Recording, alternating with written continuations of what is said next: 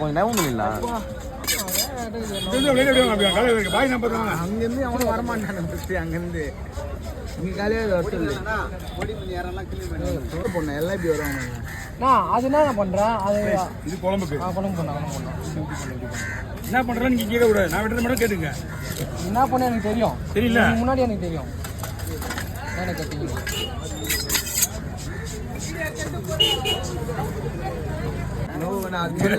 நான் மண்டே பேர்